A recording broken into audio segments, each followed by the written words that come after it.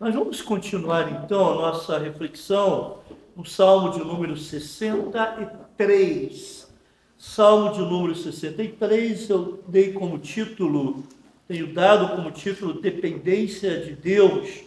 Poderia ser um anseio, um desejo por Deus, não é? É o salmo, mais um salmo de Davi, um salmo muito interessante, porque é um daqueles salmos que surge no momento de crise, momento de dificuldade. Aliás, Davi de novo escreve um salmo estando fugindo ou numa situação de fuga. Ele estava fugindo do seu filho Absalão, estava no deserto de Judá, e ali então, daquela experiência difícil com Deus, ele escreve salmos assim importantes, né? Que nos trazem muito conforto nas nossas próprias lutas. Conforme diz Spurgeon, ele estava no deserto, mas não havia deserto no coração, embora o deserto estivesse ao redor de Davi. Nos versículos de 1 a 4, ele vai expressar o seu maior desejo.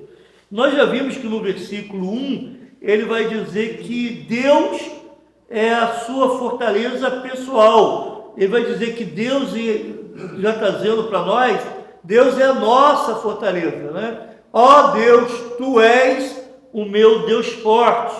Ele vai dizer que Deus também é o seu maior desejo. Eu te busco como, irmãos? Ansiosamente. Não é uma busca rotineira, ritual. Não é uma busca que você faz de forma assim, como é que eu vou te falar? Algo que você faz todo dia, não é? E não, é algo mecânico, mas é uma busca ansiosa. Ele está buscando a Deus profundamente. E ele vai dizer que, ele vai expressar esse desejo por Deus da seguinte forma: minha alma tem sede de ti, meu corpo te almeja como a terra árida, exausta, sem água. Ele estava no deserto. Imagina um andarilho no deserto, o que ele mais deseja, irmãos?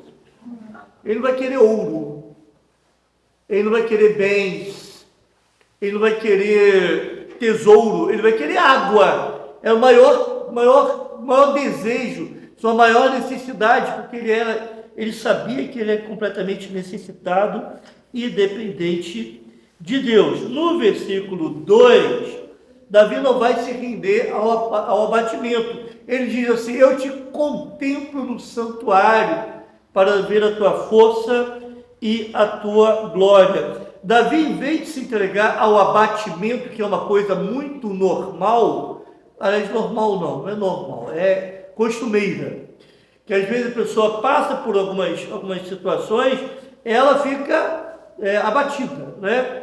Se sente abatida. Davi, em vez de se entregar a isso, ele fala: Senhor, eu te busco, eu te procuro, eu te desejo mais do que qualquer outra coisa. Então ele se entrega a contemplar o Senhor. Ele busca o Senhor, ele busca olhar para esse Deus, para encontra nele, na verdade, o que ele precisa. No versículo 3, Davi vai dizer que o seu maior bem é a graça de Deus. Ele fala assim: porque a tua graça é melhor do que a vida, os meus lábios te louvam, né?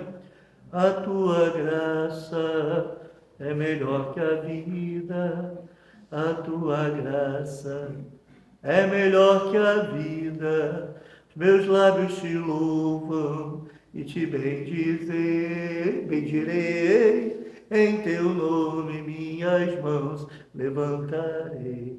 Eu aprendi, tinha 3 anos. Por aí, né? A tua graça é melhor do que, irmãos, do que a vida. O que vale a vida sem a graça? A vida sem graça é uma desgraça, não é? Não tem graça nenhuma, não é? Sem graça alguma. Davi está dizendo: olha, eu perdi meu exército, Pessoas importantes do meu reino foram para o lado de Absalão, me abandonaram. Eu estou sendo perseguido por um filho rebelde que coabitou com as concubinas lá no Palácio Real, em plena luz do dia. Eu preciso fugir às noites, eu precisei fugir durante a noite, descalço. Estou agora dormindo em tendas improvisadas. Meu exército está sangrando, mas o que eu mais preciso é da tua graça. É da tua graça. Irmãos, uma situação difícil de Davi, o que você acha? Bem difícil? Muito difícil. Mas ele sabia que o que ele mais precisava era da graça do Senhor. Seu prazer, o prazer de Davi, não estava na vida que tinha, na vida que levava como um rei, como um soberano, mas na graça de Deus. E mesmo em circunstâncias tão difíceis, Davi não abre os lábios para murmurar, mas para louvar. Os meus lábios te louvam, porque a tua graça é melhor do que a vida. Davi, em vez de olhar para as circunstâncias, ele olha para a graça, irmãos. É interessante isso.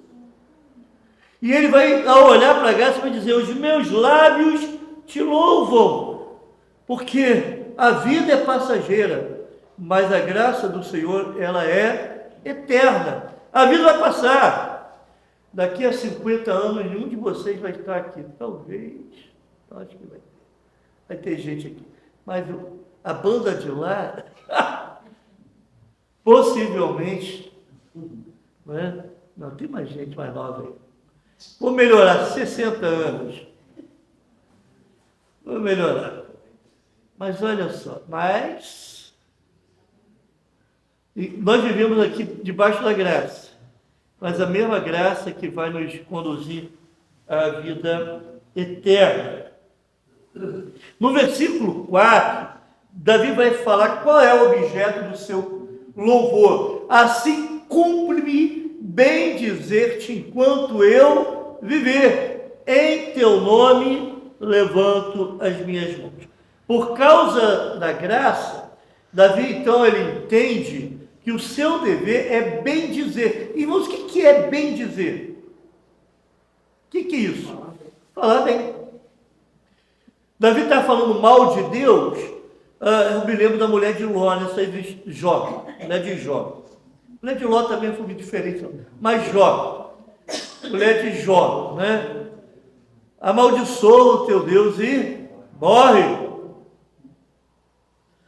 Davi não quis, ele se negou a olhar para as circunstâncias e murmurar. Ele olhou para as circunstâncias e se lembrou da realidade que ele vivia lá no santuário, se lembrou da alegria da presença do Senhor, da força, do poder do Senhor que ele podia presenciar quando estava diante de Deus em culto. Davi, apesar das circunstâncias, em vez de olhar para os seus problemas, ele contemplou a Deus e entendeu que o que ele tinha de mais importante não era nem a sua própria vida, mas era a graça do Senhor. E, apesar das circunstâncias, ele bendisse. O que me cumpre fazer, o meu dever, então, é te bendizer. Irmãos, nós encontramos motivos de louvor para louvar, mesmo em questões, mesmo quando a noite está escura, mesmo quando o dia mal chega, mesmo quando não encontramos muita saída, encontramos motivos para louvar, irmãos. E aonde está esse motivo? Aonde, irmão? Em Deus. O nosso motivo do louvor não pode ser aquilo que Deus nos dá. Davi louva a Deus pelo seu poder, Davi louva a Deus pela sua presença, Davi louva a Deus pela sua força de Deus, irmãos. Davi louva a Deus pela sua graça, e essa graça leva Davi a falar bem de Deus, não a falar mal do Senhor. A sua estabilidade do trono pode ser interrompido, ou poderia ser interrompida, mas não o seu louvor. E Davi vai dizer que ele levanta em teu nome, levanto as mãos. Essa, irmãos, esse ato, esse gesto é justamente assim, é um ato de oração. De oração. É como se a pessoa estivesse orando, olhando para o alto, com as mãos estendidas, pedindo do Senhor a bênção. Ele fala, em teu nome, minhas mãos eu levanto, eu levantarei. Levanta minhas mãos em oração. Em oração, porque esse gesto é o gesto de oração. Sabe o que Davi faz? Tá bom, ele ora. Tá bom, ele louva. Ele ora. Tá ruim, ele louva e ele ora. Isso é Davi. E, irmãos, Davi está nos ensinando isso. Muitas vezes, no momento de aperto, é difícil abrir os lábios para cantar. Muitas vezes, no momento de aperto, tem muita gente que não consegue orar. Eu já tive conversando com algumas pessoas que a pessoa falava assim, pastor, eu não consigo orar. Aí eu falei para ela, olha, nesse momento que você precisa mais orar. Ah, mas meu coração... Irmãos, nós somos muito escravos dos nossos desejos, já perceberam? Muitas vezes a gente quer fazer aquilo que a gente sente vontade de fazer. Ah, meu desejo, cara, ore. E vou usar, incorrer até uma possibilidade de erro aqui. Ore mesmo quando não tiver vontade.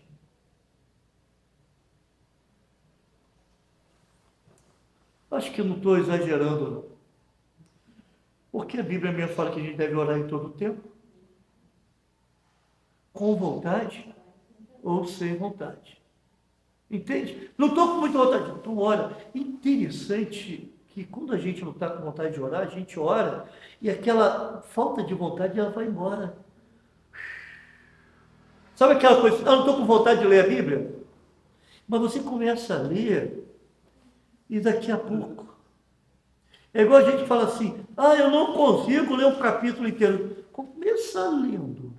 Daqui a pouco você vai ler um capítulo, daqui a pouco você vai ler 2. Né? E por aí vai. Estão entendendo, irmãos?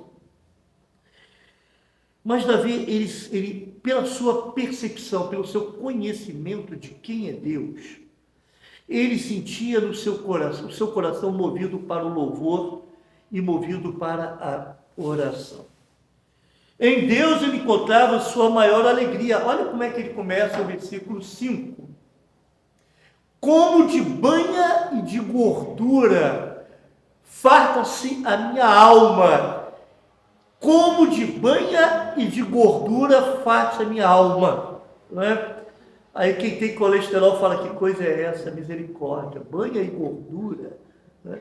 Mas o que é? Qual era a ideia aqui que Davi está dizendo?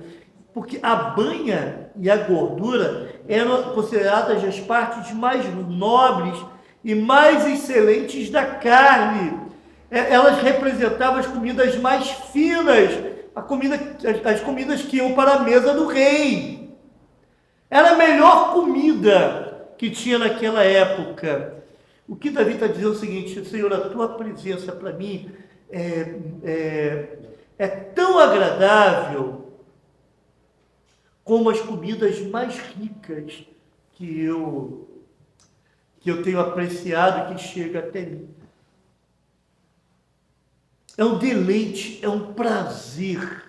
Estar na tua presença é como se eu estivesse saboreando o prato mais delicioso e da minha preferência. É isso que Davi está dizendo. É o deleite, a alegria que Davi sentia diante do Senhor. E ele vai continuar dizendo lá aliás, lembrando que no Apocalipse capítulo 3, 20, Quando Jesus fala: eis que estou à porta e bato. Se alguém ouvir a minha voz e abrir a sua porta, né? Entrarei com ele, entrarei na sua casa, cearei com ele e ele comigo. Na realidade, o Senhor nos chama para cear com ele, para desfrutar do delicioso banquete, que é o banquete da sua presença. Mesmo no deserto, Davi estava saboreando, desfrutando, se deleitando, sentindo prazer nesse rico banquete que é a presença do Senhor. Interessante que o próprio Jesus nos prometeu isso. Ele vai dizer que eu estarei com vocês quando, irmão? Todos os dias.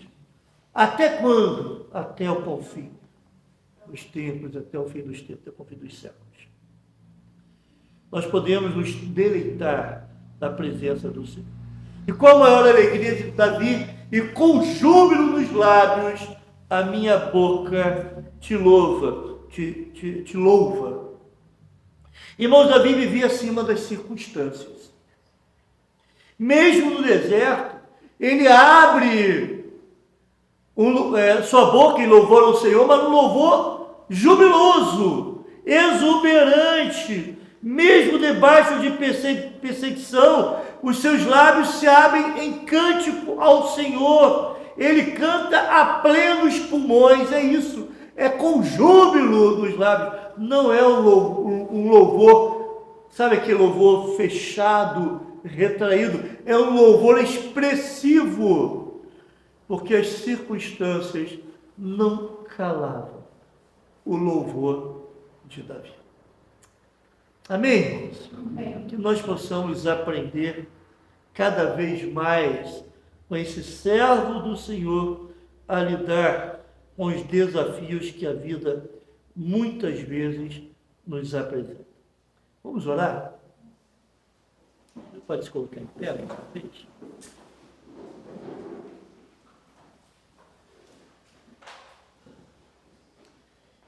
Muito obrigado, Senhor. Obrigado porque podemos estar na Tua casa.